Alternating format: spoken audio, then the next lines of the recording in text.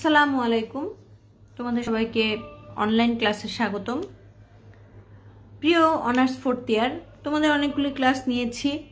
মোটামুটি চেষ্টা করেছি আমি তোমাদের আমার যে পাঠ্যপুস্তক পাবলিক পলিসি থেকে মোটামুটি সিলেবাসটা কমপ্লিট করার জন্য, কিন্তু আমি যেরকম রেসপন্স তোমাদের চেয়েছিলাম আসলে সেরকম রেসপন্সটা আমি পাইনি।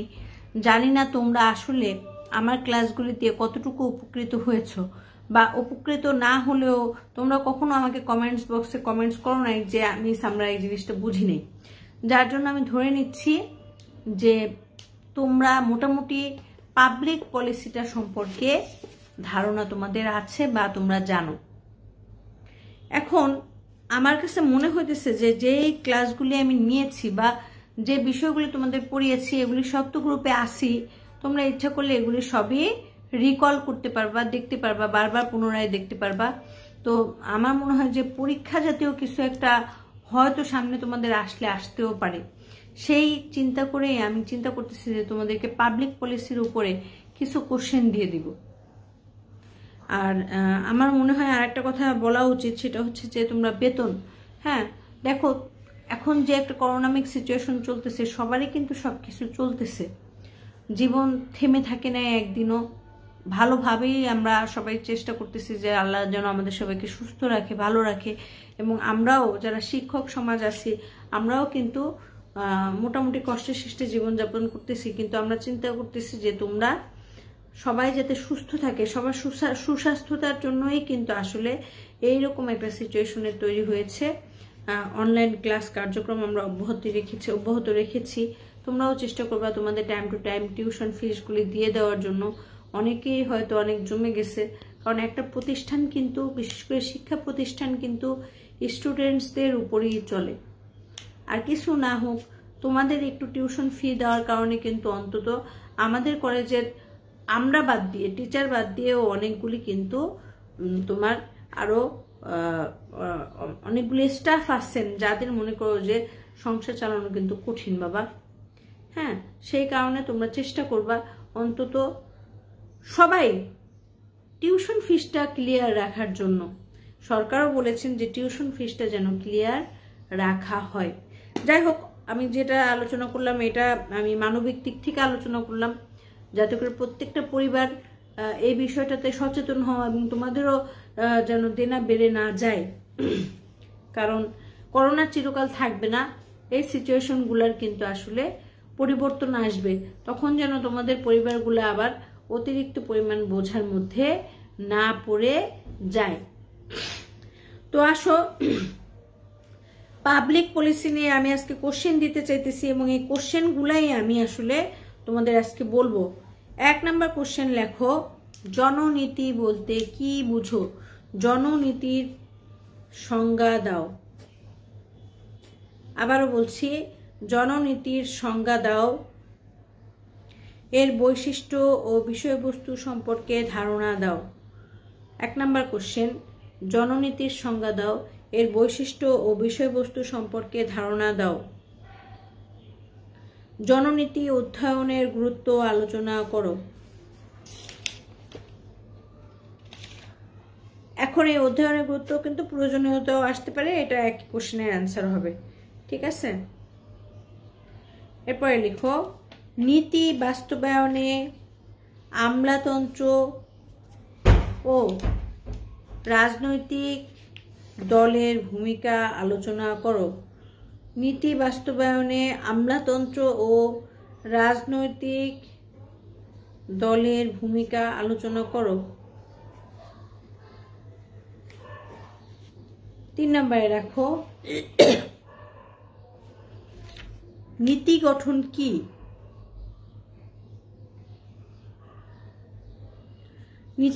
কার্যকরী নীতি গঠন প্রক্রিয়ার বৈশিষ্ট্য সমূহ বর্ণনা করো। আবার বলছি, নীতি গঠন কি? কার্যকরী নীতি গঠন প্রক্রিয়ার বৈশিষ্ট্য আলোচনা করো।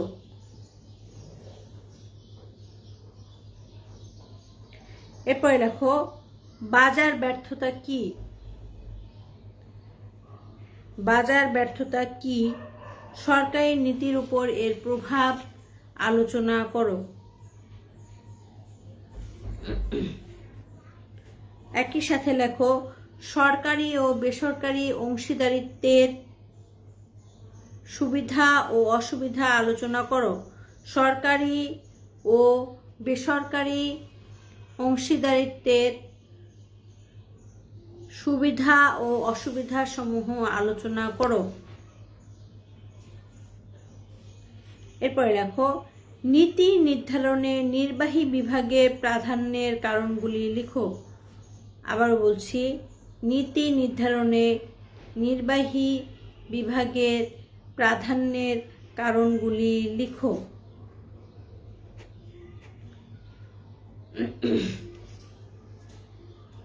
এরপরে লেখো নীতি বিশ্লেষণ কি? নীতি বিশ্লেষণের গুরুত্ব মূল্যায়ন করো। নীতি বিশ্লেষণ কি, এর গুরুত্ব মূল্যায়ন করো।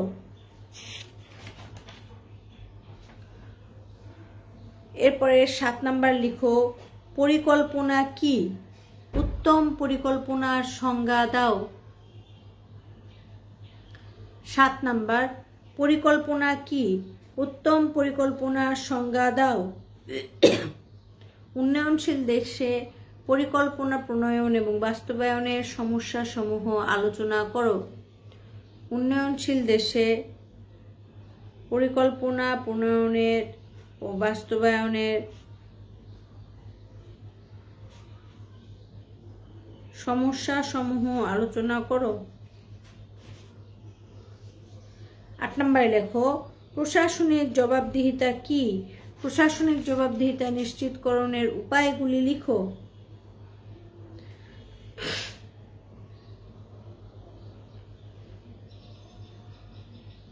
নীতি মূল্যায়ন কি? নীতি মূল্যায়নের ধাপসমূহ আলোচনা করো। 9 নাম্বার নীতি মূল্যায়ন কি, এর ধাপসমূহ আলোচনা করো। নীতি মূল্যায়নের অংশ হিসেবে প্রকল্প মূল্যায়নের ধাপসমূহ সম্পর্কে ধারণা দাও।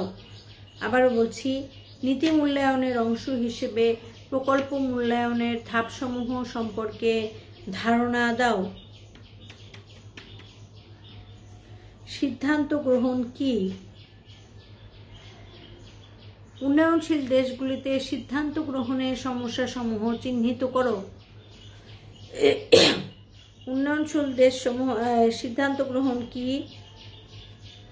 উন্নয়নশীল দেশগুলিতে সিদ্ধান্ত গ্রহণের সমস্যাসমূহ চিহ্নিত করো।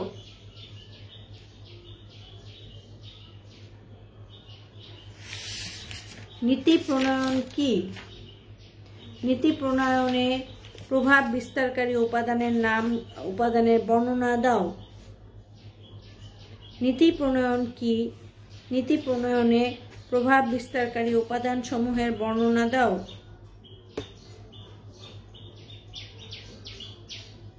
এরপরে লিখো সরকারি নীতি নির্ধারণে দাতা গোষ্ঠী ও এনজিওর ভূমিকা আলোচনা করো। সরকারি নীতি নির্ধারণে দাতা গোষ্ঠী ও এনজিওর ভূমিকা আলোচনা করো।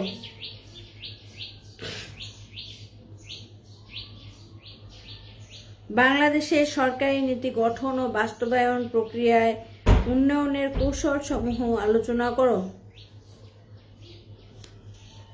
এরপর দেখো ছোট কোশ্চেনের জন্য তোমরা সরকারি এবং বেসরকারি খাতের পার্থক্য, অলাভজনক সংস্থা, বাণিজ্য চক্র, ফিডব্যাক, জননীতির ফিডব্যাক, মুক্তবাজার অর্থনীতি, নীতির আলোচ্য বিষয়, এগুলি সম্পর্কে পড়বা। তাহলে কি বললাম, ছোট প্রশ্নের জন্য তোমরা নীতির আলোচ্য বিষয়, অলাভজনক সংস্থা, তারপরে হচ্ছে মুক্তবাজার অর্থনীতি, সরকারি ও বেসরকারি খাতের মধ্যে পার্থক্য, অর্থনৈতিক পরিকল্পনা, বাণিজ্য চক্র, জননীতির ফিডব্যাক ইত্যাদি সম্পর্কে একটা ধারণা নিবা। আরো কিছু কোশ্চেন আছে দেখো, এজেন্ডা সেটিং কি? বাংলাদেশ সচিবালয়ের পদসোপান নীতি কি? এগুলি ছোট প্রশ্নে আসতে পারে। নীতি মূল্যায়ন বলতে কি বুঝো? নীতি প্রণয়নের হাতিয়ার কি কি? দেখো, আমি অনেকগুলি ছোট প্রশ্ন বললাম 4 নম্বরে আসার মতো। তোমরা এই প্রশ্নগুলা খুঁজে খুঁজে বের করবা এবং কোশ্চেনগুলা লেখার চেষ্টা করবা। স্টুডেন্টসরা, আমি প্রায় 12-13টা তোমাদেরকে বড় প্রশ্ন দিলাম এবং ছোট প্রশ্ন অনেকগুলি দিয়েছি। তোমাদের প্রথম কাজ হচ্ছে আমার এই লেকচারটা শুনে তোমরা সমস্ত কোশ্চেনগুলাকে একটা খাতার মধ্যে তুলবা। তুলে এই খাতাগুলো, এই লেখাটা আমাকে কমেন্ট বক্সে কমেন্ট করবা ছবি তুলে। আমি দেখতে চাই প্রত্যেকটা স্টুডেন্টের কাছে আমার দেওয়া এই প্রশ্নগুলা আছে এবং প্রত্যেকটা ছাত্রছাত্রী আমার 4th ইয়ারের সবাই এইটা কমেন্ট বক্সে, এইটা তোমাদের খাতায় তুলবা। আমি ইচ্ছা করে লিখে দিলাম না কোশ্চেন, যাতে করে তোমরা আমার কথা শোনো, তোমাদের কানের মধ্যে আমার কথা ঢোকে এবং তোমরা এই কোশ্চেনগুলা সব নিজেরা নিজেদের হাতে লিখে আমাকে ছবি তুলে কমেন্ট বক্সে কমেন্ট করো। আমি দেখবো যে কেউ কোনো কোশ্চেন বাদ গেল কিনা। তারপরে এই কোশ্চেনগুলো ধরে ধরেই আমি তোমাদের দুটো করে কোশ্চেন লিখতে দিব এবং সেগুলিও তোমরা আমাকে লিখে লিখে, প্রয়োজনে দেখাই লিখবা, লিখে লিখে আমাকে সেগুলা পাঠাবা, ইনবক্সে জানাবা বা কমেন্ট বক্সে জানাবা। কোথাও সমস্যা থাকলেও সেটা ইনবক্স বা কমেন্ট বক্সে করবা, আমি উত্তর দেওয়ার চেষ্টা করব। তাহলে আমি কি বললাম, 4th ইয়ার পাবলিক পলিসির যে কোশ্চেনগুলো আমি তোমাদেরকে আজকে দিলাম, সেই গুরুত্বপূর্ণ প্রশ্নগুলাই আশা করতেছি যে পরীক্ষায় আসবে। পরীক্ষা ছোট হোক বড় হোক, একটা কিছু তোমাদের অবশ্যই হবে। মূল্যায়ন ছাড়া তো তোমাদের পাস হবে না। তো তোমাদের কাজ হচ্ছে আমি যে প্রশ্নগুলো বললাম মুখে, এই প্রশ্নগুলো খাতায় তুলবা, শুনবা এবং তুলবা, তুলে সেটা ছবি তুলে কমেন্ট বক্সে পোস্ট করে দেওয়া। প্রত্যেকটা ছাত্র আমি গুনে গুনে দেখবো যে 4th ইয়ারে কয়টা ছাত্র আমার আছে এবং প্রত্যেকটা ছাত্রের কাছে এই কোশ্চেনগুলা গেছে কিনা। এটাই হলো তোমাদের হোমওয়ার্ক, কারণ এই কোশ্চেনগুলোর উপর দিয়েই আমাদের মূলত ফাইনাল পরীক্ষা আসবে এবং এই কোশ্চেনগুলোর উপর দিয়ে আমাদের প্রিপারেশন নিতে হবে। আমার মনে হয় আমি তোমাদেরকে বুঝাতে পেরেছি যে আমি কি বলতে চাচ্ছি। এবং তারপরে তোমরা যেটা করবা সেটা হচ্ছে নেক্সট ক্লাসে আমি চেষ্টা করব তোমাদেরকে পূর্ব এশিয়ার সরকার রাজনীতি জাপান অংশ দিয়েও কিছু কোশ্চেন এইভাবে দিয়ে দেওয়া। কোশ্চেন দিয়ে দিলে তোমরা সেই কোশ্চেন দেখে দেখে কোশ্চেন লিখবা এবং কোশ্চেনটা বাসায় অন্তত একবার, সপ্তাহে একদিনও পড়ার চেষ্টা করলেও তুমি অনেক কিছুই আসলে জানতে পারবা। আর আমি এখন যে প্রশ্নগুলো তোমাদেরকে দিলাম তার ম্যাক্সিমাম প্রশ্নই আমার কিন্তু তোমাদেরকে এই অনলাইন ক্লাস কার্যক্রমেই পড়ানো হয়ে গেছে। তারপর যদি কোথাও কোনো কোশ্চেনে তোমাদের সমস্যা থাকে তখন সেই কোশ্চেনের উত্তরটা আমি যাতে দিতে পারি সেই জন্য তোমরা কমেন্ট বক্সে কমেন্ট করবে। কিন্তু তার আগে তোমাদের সবার প্রথম কাজ হচ্ছে কমেন্ট বক্সে প্রত্যেকটা ছাত্র পুরা কোশ্চেন তুলে, আমি যে কয়টা কোশ্চেন এখন বললাম আমি নিজে আবার মিলাবো যে তোমরা ঠিকঠাক মতো এটা আমাকে লিখে ডেলিভারি করেছো কিনা, লিখে কমেন্ট বক্সে পোস্ট করা। তাহলে আজকে এই পর্যন্তই থাকুক। যেহেতু আজকে আমরা কোশ্চেন দেওয়ার ক্লাস, তাই বেশি বড় ক্লাস আর হইল না। আমি চাই নেক্সট ক্লাস থেকে ওই কোশ্চেনগুলির মধ্যে থেকে যেখানে যেখানে তোমাদের সমস্যা হবে সেইখানে আমি আবার তোমাদের পড়ানোর চেষ্টা করব। আজকে এই পর্যন্তই হোক। সবাই ভালো থাকো, সুস্থ থাকো। 4th ইয়ার তোমরা ম্যাচিউর এনাফ। আমি চাই তোমরা পড়াশোনাটাকে ফলপ্রসূ করো। এই কারণেই মূলত তোমাদেরকে আমি কোশ্চেন লিখে দিলাম না। আমি চাইলে কোশ্চেনটা লিখে তোমাদের দিতে পারতাম, কিন্তু আমি চাই তোমরা আমার মুখের কথা শোনো, শুনে নিজেরা কোশ্চেন লিখো এবং সেই কোশ্চেনটা আমাকে পোস্ট করো কমেন্ট বক্সে। ওকে, সবাই ভালো থাকো, সুস্থ থাকো। আজকে এই পর্যন্তই। আল্লাহ হাফেজ।